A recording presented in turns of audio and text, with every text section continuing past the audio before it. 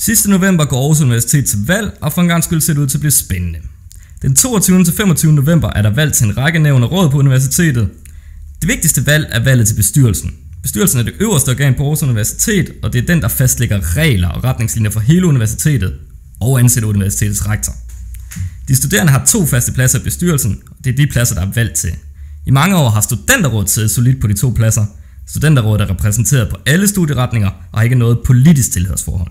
Det er ikke fordi, de nyder bred opbakning blandt de studerende.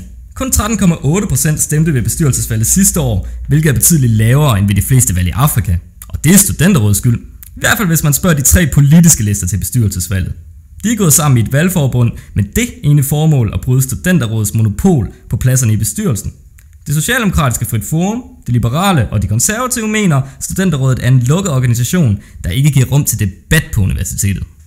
De 3 vil lave et studenterparlament, der kan diskutere studenterpolitik. Medlemmerne af parlamentet skal de studerende vælge gennem direkte valg, ligesom i Folketinget. Frit Forum, de liberale og de konservative håber, at et parlament vil puste liv i en ellers ret døde studenterpolitik. Men det vil studenterrådet ikke være med til. De frygter, at de faglige interesser vil gå tabt, og parlamentet bare bliver en træningsbane for uprøvede politiske talenter. Skal universitetspolitikken minde om den politiske verden på Christiansborg, eller skal den handle mere om faglighed? Det valg skal de studerende træffe sidste november, hvis de der dukker op og stemmer.